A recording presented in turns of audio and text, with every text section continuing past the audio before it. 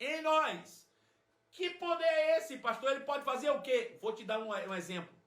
Ele diz assim: a suprema grandeza do seu poder em nós, os que cremos.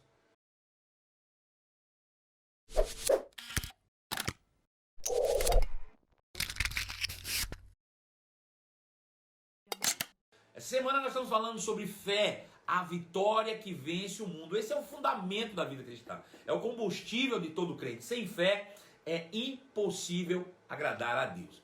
Eu comecei falando nessa live que se a gente quiser ter uma vida bem-sucedida, se a gente quiser ter uma vida, irmãos, acima da média, se quiser ter uma vida produtiva em Deus, uma vida que represente Deus em todas as suas qualidades, a gente tem que estar persuadido de uma verdade.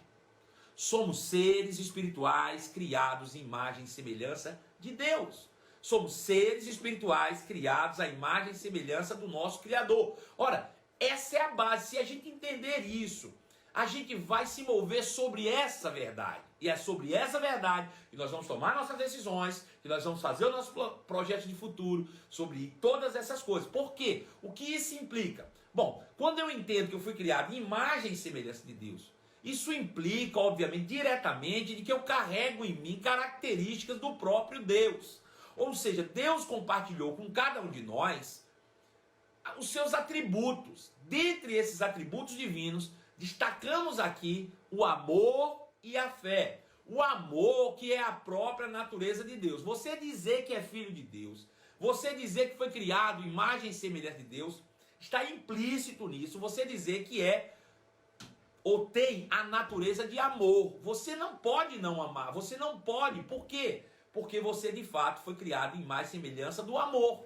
Deus é amor. Nós somos o reflexo do amor. Né? As pessoas precisam olhar para a gente e ver o amor. E além desse amor, que é a natureza de Deus, nós revelamos a fé do tipo de Deus. É por isso que quando o apóstolo Paulo escreve o que nós falamos hoje pela manhã, encerramos nisso, a carta aos Efésios, no capítulo 1, versículo 15, eu vou ler de novo para vocês, para que a gente se lembre do texto que nós lemos hoje pela manhã. Eu gosto desse texto. Gente, vai compartilhando para que a gente possa entrar aqui realmente em um processo de crescimento, e rapidinho a gente vai chegar aí a bastante pessoas aí, né? Veja, o apóstolo Paulo diz assim: por isso também eu, tendo ouvido a fé que há entre vós no Senhor Jesus e o amor para com todos os santos, mesmo havendo fé, mesmo havendo amor, não cesse de dar graças a Deus por vós, fazendo menção de vós nas minhas orações. Eu peço para que o Deus do nosso Senhor Jesus Cristo, ou seja, o Pai da glória, vos conceda espírito de revelação e sabedoria no pleno conhecimento dele. Para aqui um pouco. Paulo diz que ele ora para que nós possamos receber um espírito de revelação e sabedoria no pleno conhecimento dele. Revelação, entendimento, clareza, luz das escrituras. Sabedoria, prática da palavra, entendimento. Mas não é de qualquer coisa, é no pleno conhecimento de Deus. Porque quanto mais eu conheço a Deus, mais eu conheço a mim mesmo. Uma vez que eu fui criado em imagem e semelhança dele. Paulo diz: tudo o que você precisa é só conhecer a tua própria natureza. Se você entendesse quem você é por dentro, nada te seria impossível. Se você tiver consciência e convicção daquilo que você é por dentro, feito, imagem, semelhança de Deus, nada, absolutamente nada, te será impossível.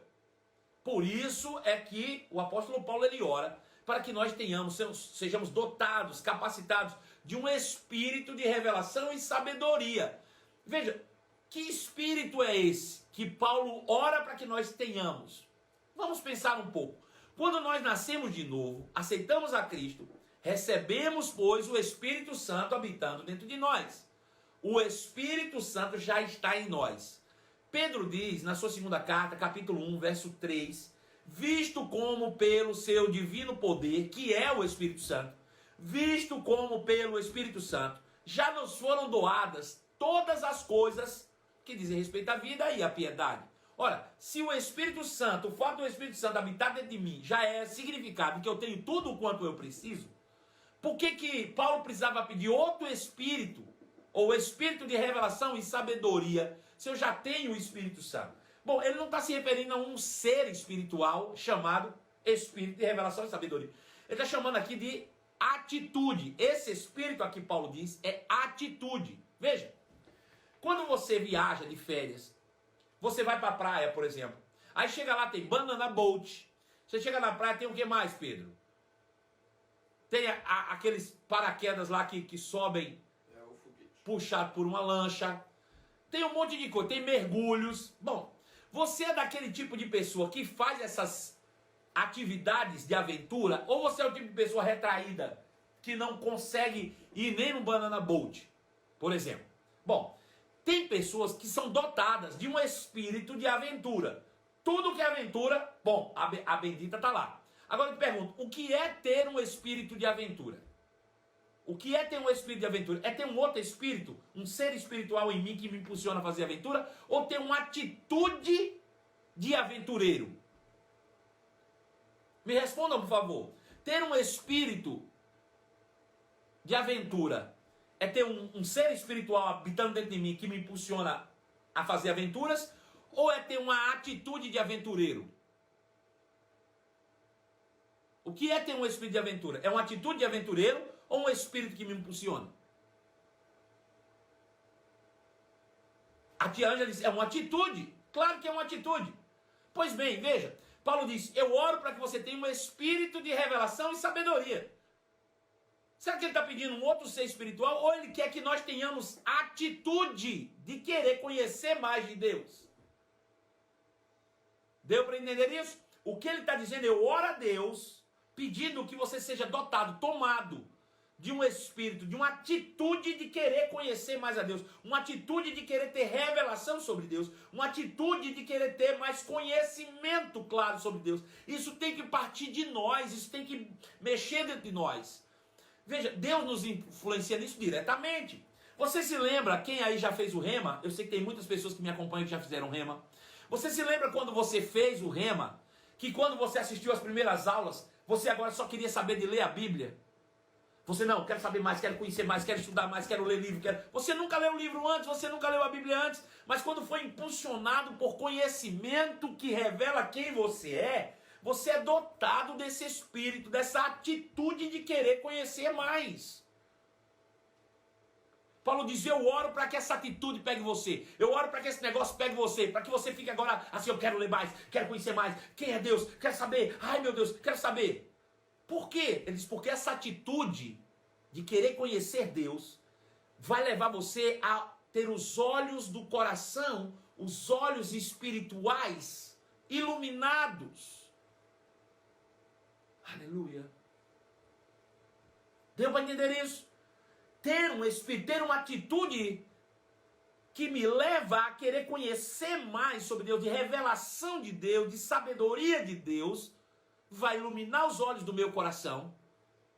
Iluminados os olhos do meu coração, iluminados os olhos do meu entendimento, eu saberei com clareza, primeiro, qual é a esperança do meu chamamento. Depois, ele diz, qual é a esperança dos santos no reino da luz. E terceiro, a suprema grandeza do poder de Deus em nós, os que cremos. Veja, 3 coisas. Paulo diz, tudo o que você precisa saber são 3 coisas. Se você descobrir essas 3 coisas, acabou. Você tem uma vida de sucesso. E quais são essas 3 coisas? Ele diz, a esperança do chamamento. Segundo, a herança dos santos no reino da luz. Terceiro, a suprema grandeza do poder de Deus em nós, os que cremos. Veja, durante muitos e muitos e muitos anos eu li esse texto como se a esperança do chamamento fosse para que eu fui chamado. De certa forma é isso. Só que ele não está falando sobre o chamado dos 5 dons ministeriais, como nós vimos na semana passada. Ele está falando sobre propósito existencial. Quem é você? Sabe, nós falamos aqui outro dia do parafuso. Quando eu encontro o parafuso na rua, qual é a primeira lição que eu tiro? É que ele não nasceu aqui, ele não é fruto do acaso. Deixa eu te dizer, você não é fruto do acaso. Você foi criado por alguém com um propósito bem definido. E apenas essa pessoa que te criou pode dizer com clareza quem você é. O que ele está dizendo é que quando você conhece a Deus, a revelação de Deus vai revelar quem você é. Quando você entende quem é Deus, você entende quem você é. Aleluia. Sabe, eu gosto de Salmos capítulo 8, quando Davi, certo momento da sua vida, da sua história, ele começa a fazer questionamentos válidos.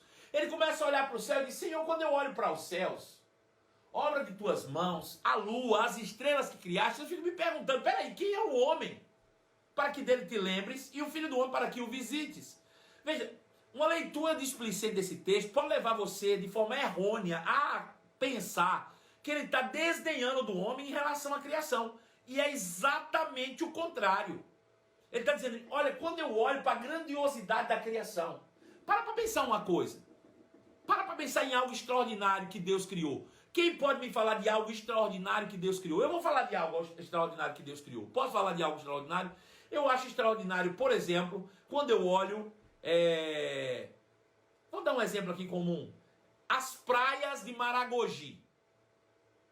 Criadas por Deus.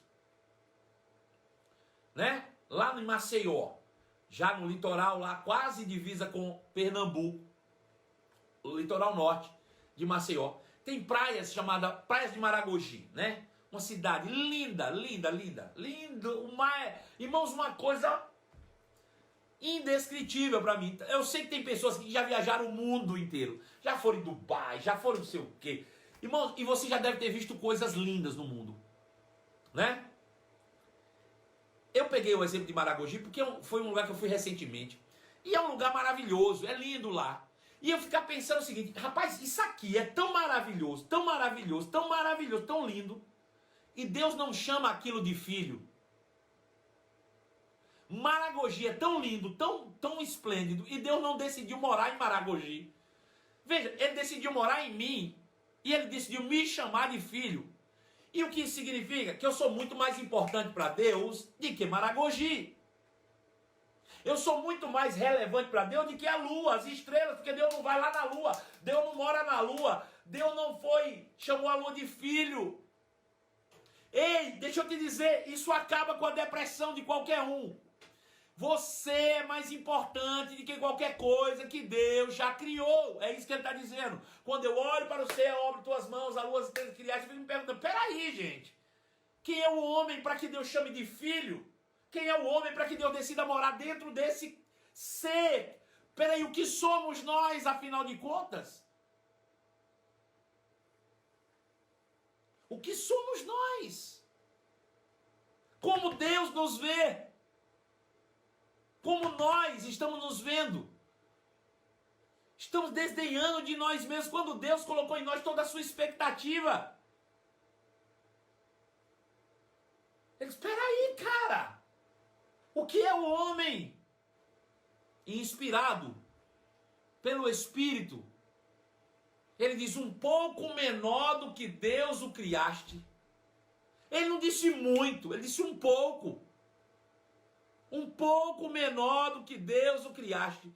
De glória e honra o coroaste. Ei, se fosse só um pouco menor do que Deus o criaste, já estava bom. Já estava maravilhoso. Um pouco menor do que Deus criaste, já era algo extraordinário. Ser um pouco menor do que Deus. Mas ele não para por aí.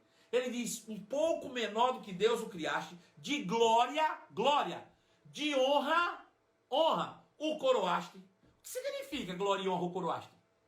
É que sobre a nossa cabeça só a glória de Deus e honra. E acabou. De glória e honra o coroaste. E sobre todas as obras das suas mãos o colocaste, para que governasse, para que dominasse. Peraí. Todas, tudo aquilo que Deus criou está debaixo dos nossos pés. Para pensar. Você para pensar em algo extraordinário, como a lua. Mas a Bíblia diz que nós que temos o domínio sobre ela. Até sobre anjos. Então quando Paulo diz, eu oro para que você receba um espírito de revelação e sabedoria no pleno conhecimento de Deus. É para que você saiba quem você é e tenha essa convicção.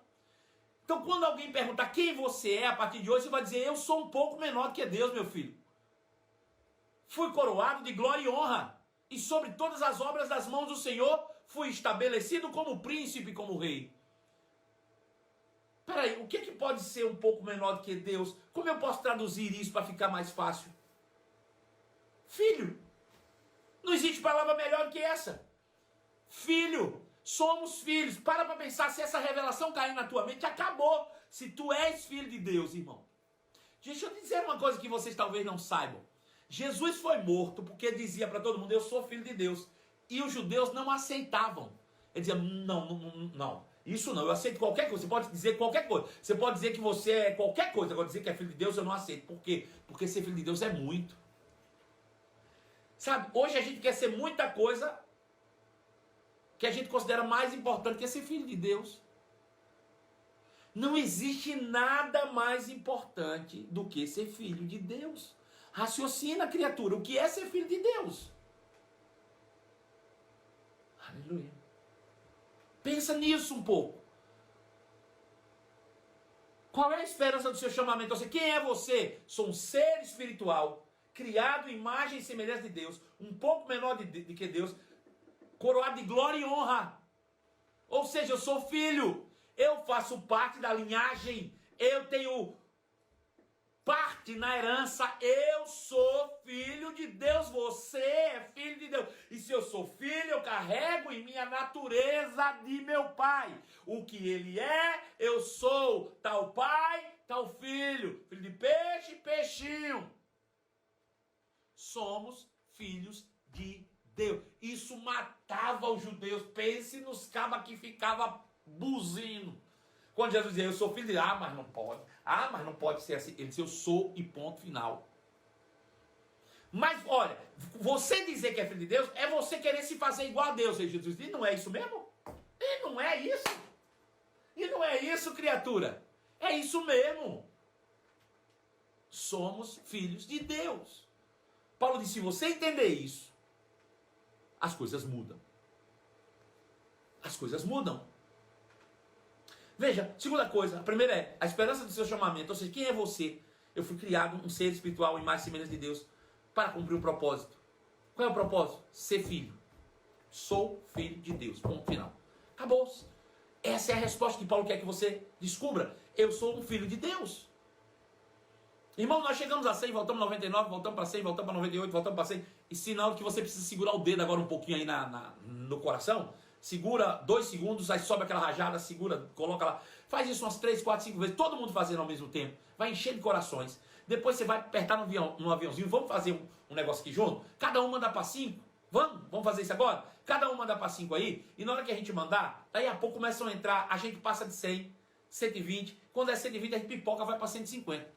A gente vai entrar nos assuntos bons agora. Vai ser interessante. Veja. Quando eu vou falando, você vai fazendo. Então, primeira coisa, qual é a esperança do meu chamamento? Sou filho, ponto. Criado em imagem e semelhança de Deus, sou igual. Carrego em mim. Aí a segunda coisa que ele disse, você precisa entender qual é a herança que você tem nisso. Ora, se eu sou filho, logo sou herdeiro de Deus, co-herdeiro com Cristo. Agora, qual é a herança que eu herdei de Deus? O problema é que quando a gente fala de herança, a gente já pensa logo em dinheiro. Mas deixa eu te dizer, a melhor herança de um filho, irmão, não é o dinheiro do pai. Dinheiro acaba. Você não lembra do filho pródigo? O filho pródigo pegou a parte da herança e ela se destruiu, e aí? O que é que ele desejou ser depois? O que foi que trouxe ele de volta à sua categoria? Ele voltou dizendo, pai, eu não quero ser filho. O pai disse, você é filho, meu filho. E quando ele se torna filho, ele recebe toda a herança de volta. Sabe, a maior herança que a gente pode receber, irmão, não é dinheiro. É a natureza. É o sangue. É o nome. É isso que a gente teve de melhor de Deus. Foi o que a gente recebeu de melhor da parte de Deus. É receber a herança, o sangue, carregar um nome e dizer, eu sou da família. Eu sou da família, irmão. Deixa eu te dizer uma coisa. Ninguém lá fora no mundo, com o dinheiro que ele tiver do mundo inteiro, consegue comprar uma carta dizendo, sou filho de Deus. E tu recebeu de graça. Pegue lá o homem mais rico do mundo, irmão, lá fora, que não tem a Cristo. E o dinheiro dele todinho não compra uma carta de filiação. Agora eu te digo, quanto você tem de dinheiro? Nada. Mas você carrega aqui dizendo, sou filho de Deus. E quem é mais importante? É quem tem dinheiro ou quem tem o nome da família? A maior herança que nós podemos receber é o DNA do nosso pai. Escrito no nosso sangue. Sangue de família real. Sou filho, queridos. Olha aqui o sangue de Jesus corre nas minhas veias. Sou filho. Essa é a maior herança que podemos receber. Agora, o que dá sustentabilidade a isso? Porque não adianta eu dizer para ele, sou filho, tenho uma herança. Mas como é que tu demonstra isso? Com poder. A gente só demonstra isso com poder. E esse poder está em nós. Ele disse, você também, ore. Receba o Espírito de revelação, seja entusiasmado para descobrir sobre Deus. Você já tem uma atitude de querer conhecer mais de Deus. E você vai descobrir que você é filho. A esperança do seu chamamento. Você vai descobrir que você tem uma herança, a herança do santo no reino da luz. E você vai descobrir algo ainda maior. A suprema grandeza do seu poder em nós, os que cremos. Existe um poder supremo de Deus operando em nós. Os que cremos.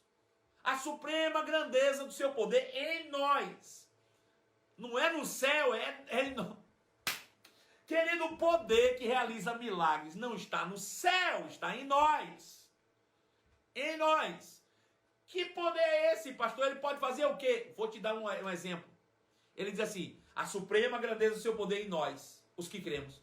Poder este que um dia ele exerceu em Cristo, ressuscitando dos mortos, e o fazendo assentar à sua direita em lugares celestiais. Ei, peraí. O poder que opera dentro de nós, o poder que está dentro de nós, a suprema grandeza do seu poder que opera em nós, os que cremos, foi o mesmo poder capaz de ressuscitar a Jesus de dentre os mortos. Deixa eu te dizer, Deus nunca teve um problema para resolver maior do que esse. Por quê? Porque foi o primeiro.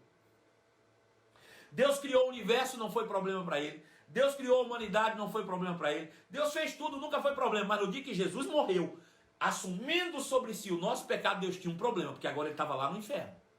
E sabe o que Deus usou para tirá-lo de lá? Para ressuscitá-lo dentre os mortos, o tornar o primogênito de toda a criação, o poder, ou a suprema grandeza do seu poder, que depois ele colocou em nós. O mesmo poder que ele usou para ressuscitar Jesus dentre os mortos do inferno, ele colocou dentro de nós. Agora eu te pergunto, se esse poder foi capaz de ressuscitar Jesus dentre os mortos, como é que esse poder não é capaz de curar o meu corpo?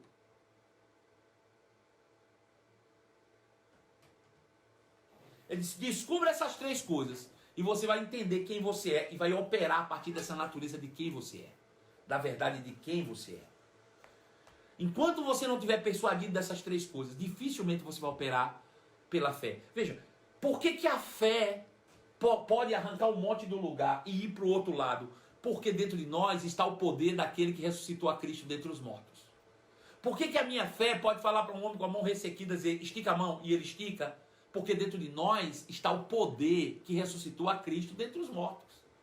Porque nós temos a mesma habilidade que o nosso Deus, o nosso Pai, que fala, crê e vê. Está em nós, porque temos a natureza dele. Porque temos uma herança e porque carregamos o seu poder. Aleluia. Agora, como é que isso tudo funciona? Tem um catalisador nisso tudo. E Paulo já disse, chama-se conhecimento. O catalisador para que tudo isso funcione é conhecimento. Querido, não é o quanto você faz, não é o quanto você ora, é o quanto você conhece da palavra. É o quanto você se dedica ao conhecimento das Escrituras. Por isso que ele diz que ora para que você tenha revelação e sabedoria. Conhecimento. Conhecimento. É o quanto você conhece. Por quê? Aleluia. Porque, segundo Romanos capítulo 10, verso 17, diz assim, e assim, a fé vem pela pregação, e a pregação pelo Evangelho de Cristo. Assim, Romanos 10, 17, a fé vem pela pregação, e a pregação pela palavra de Cristo. Como é que essa fé opera? Como é que essa fé se manifesta? Quando eu ouço. A fé vem pelo ouvir. Agora, não é um ouvir natural, não é um ouvir sensorial, é um ouvir dando crédito. Dando crédito é verdade, é recebendo, e aí a fé se manifesta. A fé vem pelo ouvir, e o ouvir pela palavra de Cristo. Então, quando eu ouço a palavra de Cristo, essa fé se manifesta de dentro, esse poder começa a se manifestar. Agora veja, a fé vem pelo ouvir, ela entra dentro de mim. ela acelera o poder de Deus em mim. E quando eu abro a minha boca e falo, esse poder sai da minha boca com poder para realizar aquilo que eu digo. Se alguém disser ao monte, ele te lança no mar, não duvidar em seu coração, mas que se fará o que diz, assim será com ele. Quando ele falar. Veja, tem gente que diz que crê, mas não fala nada. Veja, o que faz o monte se arrancar do lugar não é a fé. Todo mundo tem fé, mas nem todo mundo tira o monte do lugar. É falar. Se você disser ao monte, crendo, se não disser, nada acontece. Sabe por que às vezes a gente não acontece? Não acontece nada porque a gente não fala nada. Aleluia. Se disser, acontece. Então a fé vem pelo ouvir, mas ela sai pelo falar. A fé fala. A fé vem pelo ouvir. A fé se manifesta no falar. Eu criei, por isso eu falei. Isso é um princípio. Eu criei, por isso eu falei. Eu criei, por isso eu falei. Aleluia. A prova de que eu estou crendo é quando eu estou falando. Quando eu falo. É porque eu creio. Então veja. Primeira coisa que a gente precisa entender. A gente já sabe de onde essa fé veio. E agora a gente vai aprender como essa fé se manifesta. A gente viu o que é fé. A gente viu de onde a fé vem, que vem da natureza de Deus. Terceiro ponto é como essa fé se manifesta. A fé vem pelo ouvir e ouvir pela palavra de Deus. Então fé está baseado naquilo que se ouve. Fé está baseado naquilo que se ouve. Então veja. Se a fé está baseada naquilo que eu ouço, tudo que está escrito aqui é passivo de ser crido e é passivo de ser falado. Se a Bíblia já diz que Cristo tomou sobre si as minhas dores e enfermidades, que o castigo que me trouxe paz estava sobre ele e sobre suas pisaduras fomos sarados. A Bíblia já diz isso. Eu criei e eu falo. Sou sarado. Cristo já tomou sobre mim as minhas dores e enfermidades. O castigo que me trouxe paz estava sobre ele, sobre suas pisaduras eu fui sarado. Eu falo porque eu criei. Está escrito. Agora veja. Existem coisas que Deus não falou especificamente aqui. Me dá legalidade, mas não está específico. E aí, a Bíblia diz que eu preciso pedir. Pedir, receber, confessar e ter. Aí tem gente que acha que porque a fé está dentro, eu tenho fé, eu posso falar qualquer coisa e vai acontecer. Vai acontecer com base na palavra. A palavra é a minha âncora da fé. É nela que eu firmo a minha âncora.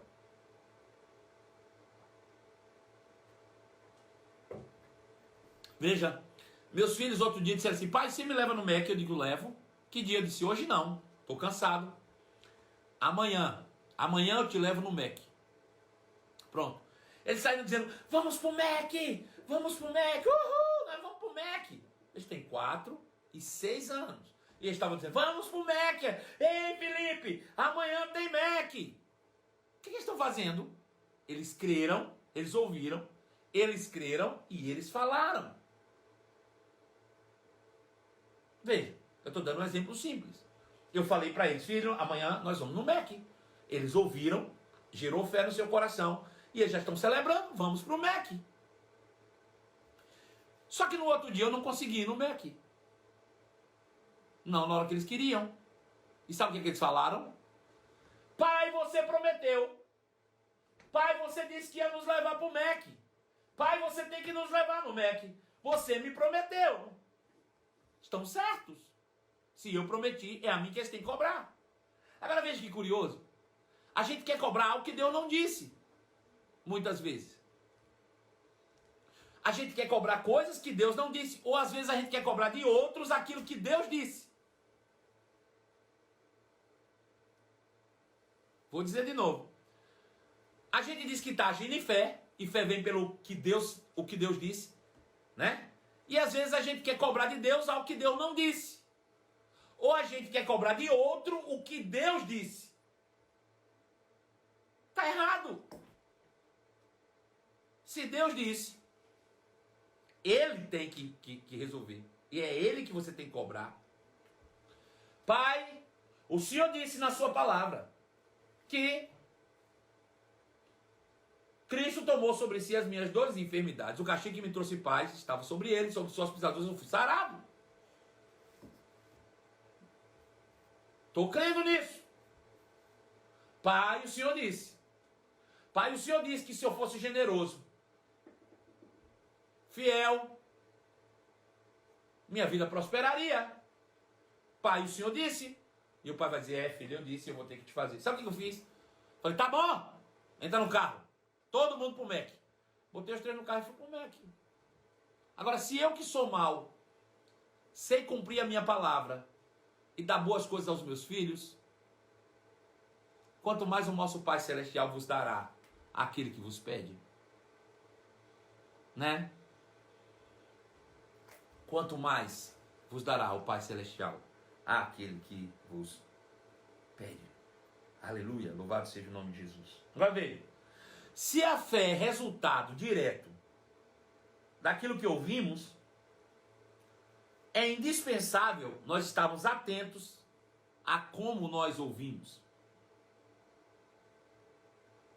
Né? Veja, vou falar de novo.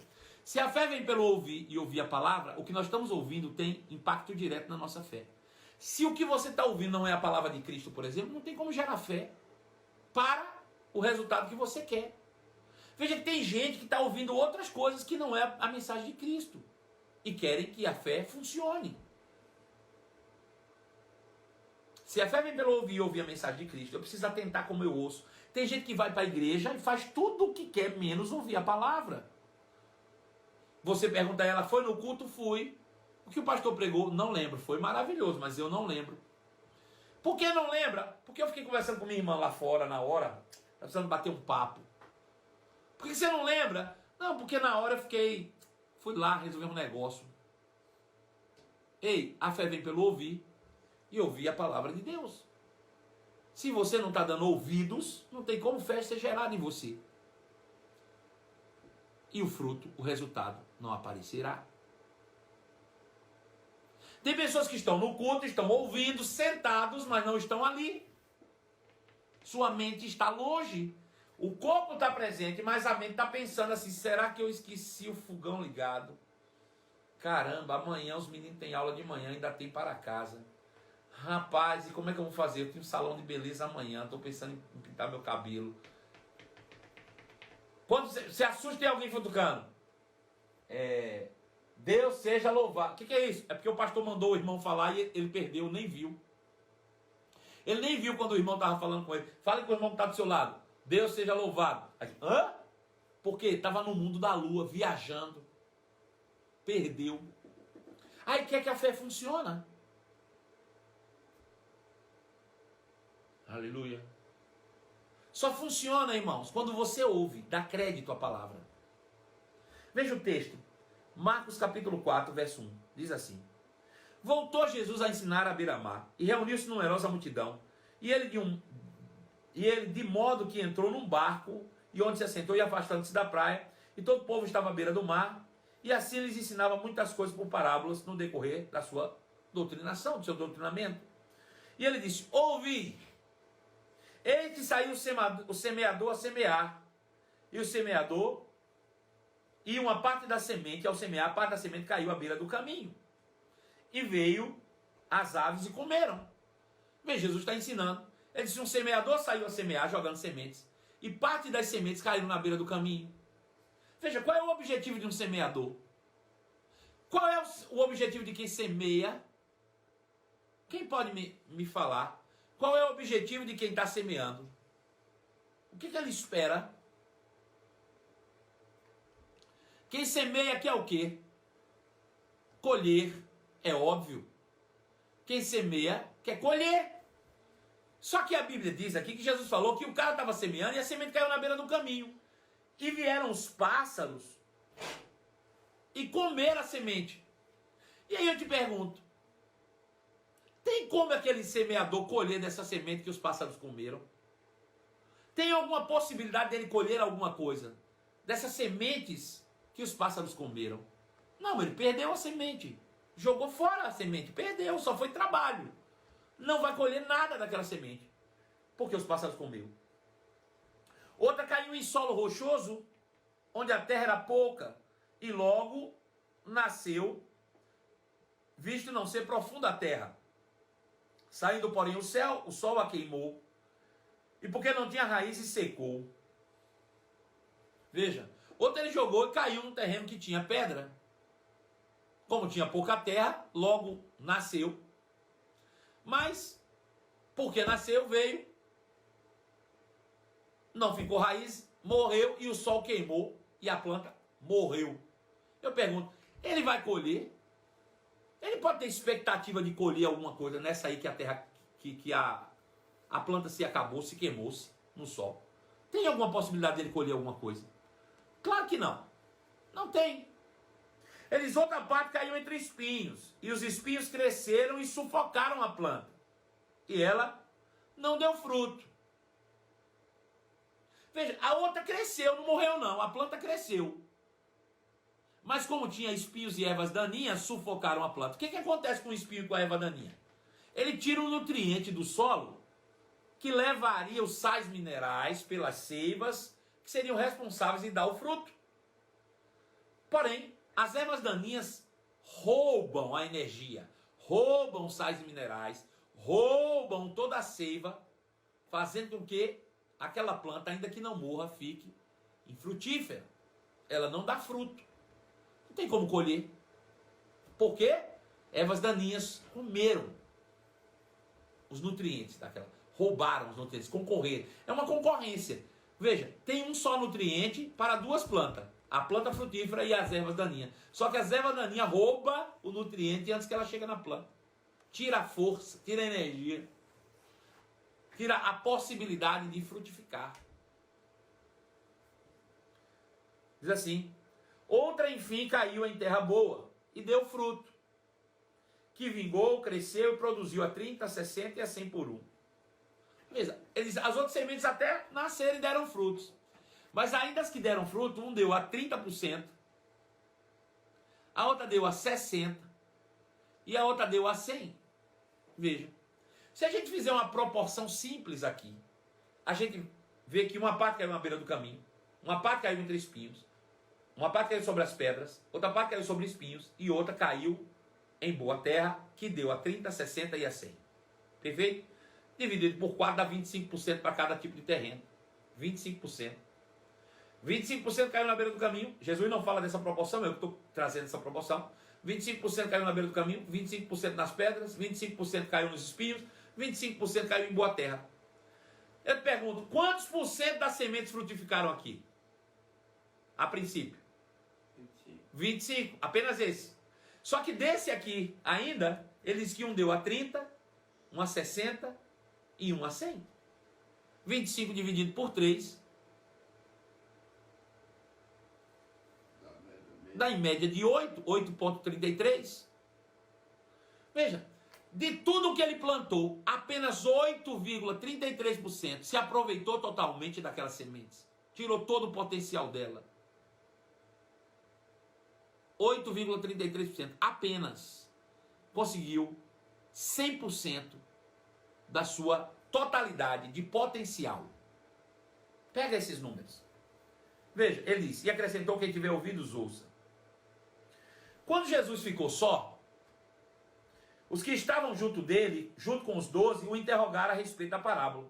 Ele lhe respondeu, a vós outros é dado a conhecer os mistérios do reino de Deus, mas aos de fora tudo se ensina por meio de parábola, para que vendo vejam e não percebam, e ouvindo ouçam e não entendam, para que não venham converter-se e haja perdão para eles. Então lhes perguntou, vocês não entenderam essa parábola?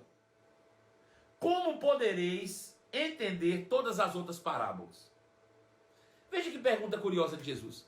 Ele disse, não entendeu isso? Não. Ele disse, então não vai entender nada. O que significa? Significa que essa parábola tem uma coisa peculiar que traz luz a todo o reino de Deus, ou destrava todas as outras coisas. E o que é? Ele está dizendo que no reino de Deus tudo funciona com palavra. Não tem outra forma. Tudo funciona com sementes.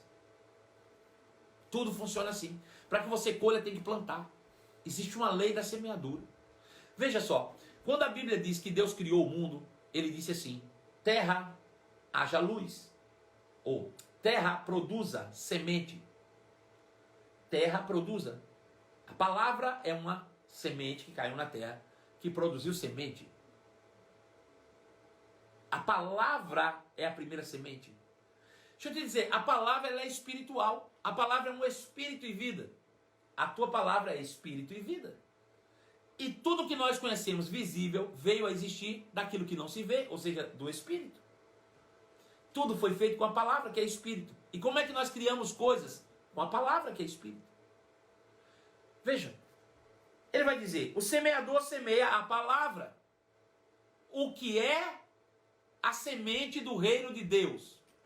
O que é a semente do reino de Deus? Quem pode me dizer o que é a semente do reino de Deus? Jesus está explicando. O que é a semente do reino de Deus? O que é?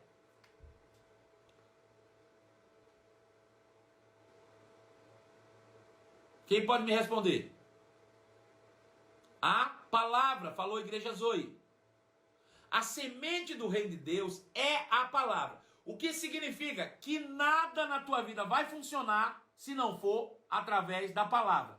Isso significa que você pode ir para o culto e ficar meia hora no louvor, rabassúria, chorando, rolando, fazendo o que tu quiser. A gente está adorando a Deus, aquilo é maravilhoso, tá bom? Você vai lá ficar adorando, glória, aleluia, louvado seja, glória. Vamos orar pelos irmãos. Rabassúria, bota a mão na cabeça, roda, cai no chão. Agora, irmão, vamos para a palavra. Você sai do culto e vai lá para fora. Terminou a palavra, você voltou para o culto. Quer saber? Você pode até ter dado muito naquele culto, mas você não recebeu nada. Absolutamente nada. Você não vai colher absolutamente nada daquele culto. Por quê? Porque você não recebeu a semente. E não tem como você produzir sem semente. Agora veja, se a fé vem pelo ouvir e ouvir pela pregação, eu tenho que ficar atento no que eu estou ouvindo e como eu estou ouvindo. Veja, ele vai trazer a tradução daqui. Ele diz, o semeador semeia a palavra. Veja, quando ele conta a parábola, ele diz assim, o semeador saiu a semear. Quando ele vai traduzir, ele diz, o semeador semeia a palavra. Veja, ele traduz semente por palavra, mas semeador ele não traduz não. Semeador continua semeador. E o que significa? Que tanto faz. Que quem semeia não é importante. O que é importante é o que é semeado. Veja, tanto faz quem semeia, desde que o que se semeie seja a palavra de Deus. É por isso que não faz sentido a gente ficar correndo de um canto para o outro atrás dos nossos pregadores prediletos. Porque não é o pregador que te abençoa, é a palavra.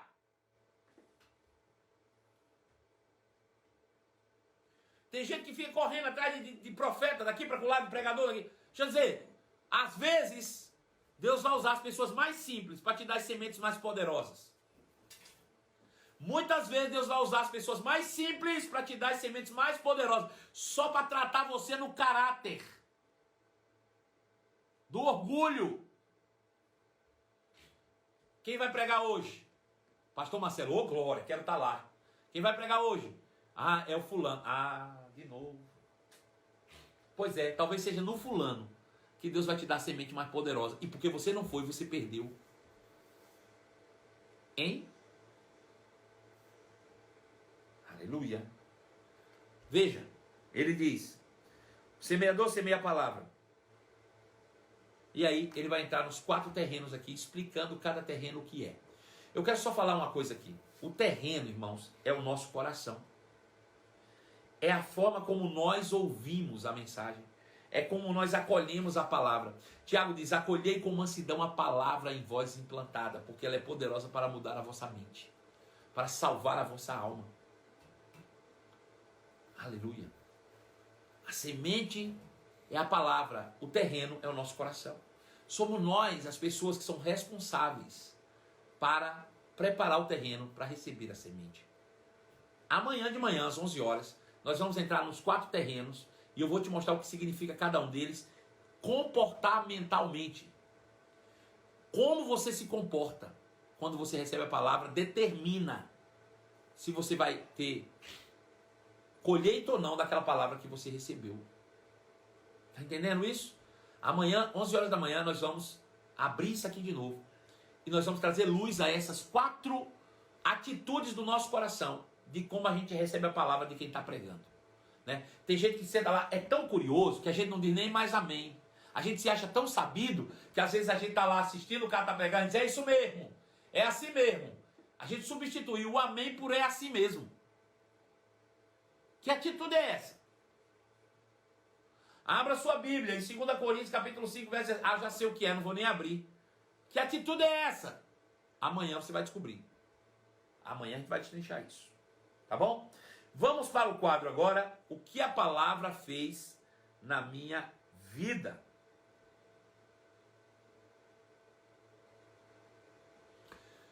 O que a palavra fez na minha vida?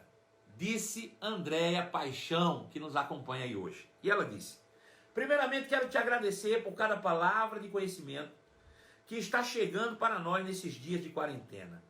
Essas lives têm sido uma bênção na minha vida e creio que na vida de muitos irmãos. A fé vem pelo ouvir e o ouvir a palavra de Deus.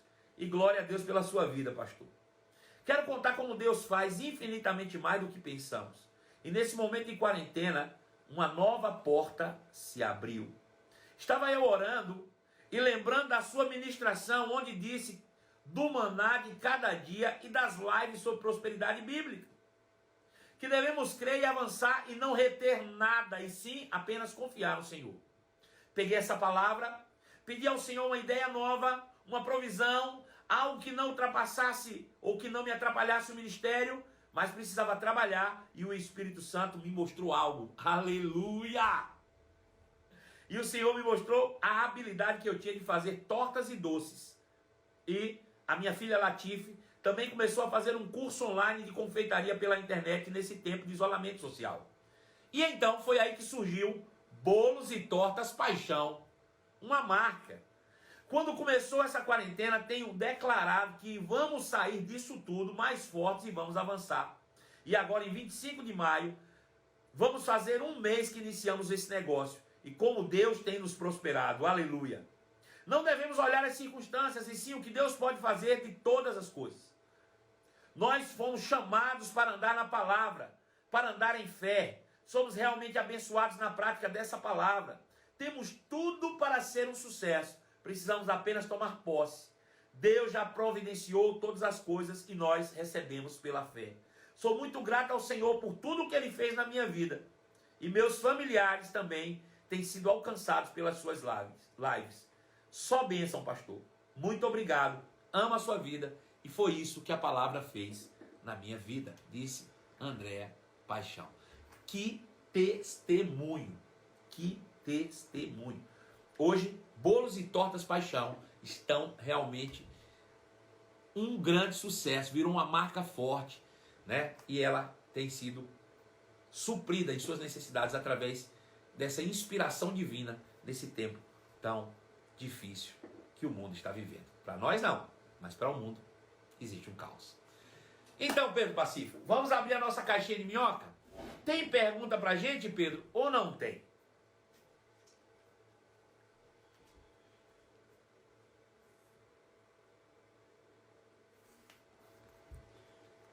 Quando planto na vida de alguém e não há frutos, sou eu a culpada? Veja, quando você planta na vida de alguém, sempre haverá frutos. Você pode até não perceber e não saber onde você está colhendo. A Bíblia diz que nós devemos fazer o bem a todos e no seu devido tempo nós vamos colher, se não desfalecermos. Lá em Gálatas capítulo 6, verso 5. Então veja, nunca a gente vai deixar de colher daquilo que nós plantamos. A única forma da gente deixar de usufruir é se a gente não ouvir a palavra. Fora disso, sempre haverá uma colheita. Você planta na vida de uma pessoa, essa pessoa pode desperdiçar tudo que você fez por ela, mas o seu plantio, Deus nunca se esquece. Mais cedo ou mais tarde, aquilo que você plantou volta para você como uma grande colheita. Próxima pergunta.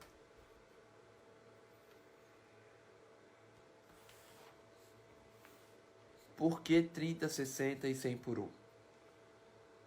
Então, nós vamos falar isso amanhã, né? Você já está querendo adiantar o processo. Acontece 30, 60 e 100 por 1, porque depende da intensidade que você recebe a palavra e como você pratica essa palavra. Tudo tem a ver com como eu recebo. Toda semente tem um potencial de 100%. É isso que você tem que botar na sua mente. Toda palavra, ela tem um potencial de 100%. Agora deixa eu te dar um exemplo, tá bom? Vamos imaginar que três pessoas ao mesmo tempo, decidiram e receberam a mesma palavra. Deus vai me dar um carro. 3 pessoas. E um disse, rapaz, eu creio nisso demais. Portanto, eu vou trabalhar e vou comprar o carro financiado e vou pagar em 60 meses. Bom, ele está crendo. E vai ser do jeito que ele está crendo. O sistema de crença, quem crê é ele. Aí o outro diz, rapaz, eu creio que eu vou trabalhar e Deus vai me dar condição de eu comprar ele à vista. Veja. Deus tanto pode dar suprimento para ele pagar em prestações, como Deus pode dar ele o dinheiro para ele comprar à vista. E ele vai trabalhar e comprar à vista. E o outro diz, sabe de uma coisa? Eu creio que Deus pode me dar e não vai sair um centavo do meu bolso. E ele vai ganhar um carro. Deus pode também? Pode. Deus pode fazer infinitamente mais, além do que pedimos ou pensamos, segundo o seu poder que opera em nós. Veja, quem é o limitador de Deus? É Deus ou é o que nós pedimos ou pensamos? Deus pode fazer infinitamente mais. Se a pessoa acredita que Deus pode fazê-lo pagar prestações, bom, 30%. Eu aqui, né, no meu exemplo. Se ele crê que Deus pode dar ele o dinheiro para comprar à vista, bom, 60%. Se ele crê que Deus pode dar o carro, bom, 100%. Deus pode fazer qualquer coisa, irmãos. A questão é o que eu posso crer. Por isso, essas limitações de 30, 60 e 100 por 1 não é determinada por Deus, não é determinada pela semente, é determinado por quem recebe. Próxima pergunta.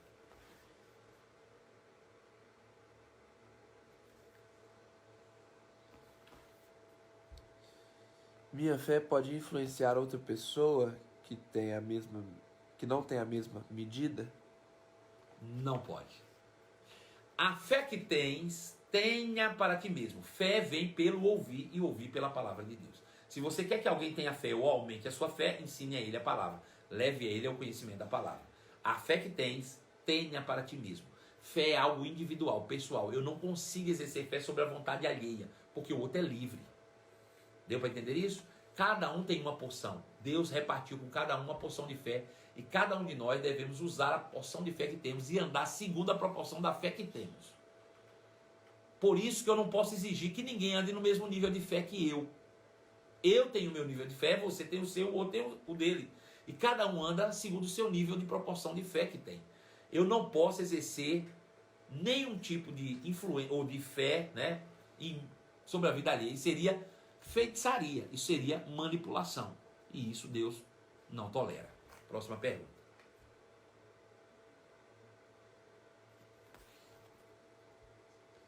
Pastor, creio na promessa que eu e minha casa, mas meu esposo disse que não quer ser crente. Eu posso continuar declarando mesmo sem ele crer? Não, pode não. Você pode declarar o quanto você quiser. A questão é que pode não surtir o efeito. As pessoas pegam um texto lá de Atos 16, quando a Bíblia conta a história de Paulo e Silas presos na prisão. E as portas, houve um terremoto, as portas da cadeia se abriram. E o carcereiro disse, como é que eu faço para ser salvo? Ele disse, crê no Senhor Jesus Cristo, será salvo tu e tua casa. Aí pega esse texto isolado e diz, tá vendo? Isso é uma promessa, creia no Senhor Jesus Cristo, será salvo tu e tua casa. Só que o restante do texto diz que Paulo foi levado até a eles. Chegando lá, eles cuidaram de Paulo. Paulo lhes pregou a palavra e todos, recebendo a palavra, foram salvos. Agora veja, eles foram salvos porque Paulo falou que eles seriam, ou eles foram salvos porque eles ouviram a mensagem e geraram fé no coração para a salvação? Então veja, se seu marido, para seu marido ser salvo, primeiro ele precisa ouvir a palavra de Deus. Você precisa pregar o evangelho para o seu marido e, se necessário, você vai abrir a boca e falar. Do contrário, é só com as suas atitudes. É com a transformação da sua vida que seu marido vai ver Cristo, né? É assim que as coisas funcionam. Agora, cada um é individual e individualmente eu não posso operar salvação na vida de ninguém. Se seu marido diz, eu não quero ser crente, eu não quero ser salvo, e isso não for mudado até a volta de Cristo, infelizmente, ele não pode receber a salvação por conta de você. Agora a Bíblia diz, se a mulher tem marido não crente e que não obedece à palavra, ganha seu marido sem palavras, pelo bom procedimento. Então é a tua atitude dentro de casa, é o teu comportamento dentro de casa que vai fazer com que o teu marido tenha desejo de ser crente. É assim que as coisas funcionam. Vamos só mais uma pergunta e a gente já encerra.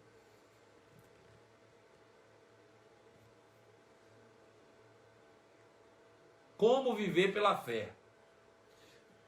Viver pela palavra. Viver pela fé é viver aquilo que a palavra de Deus diz.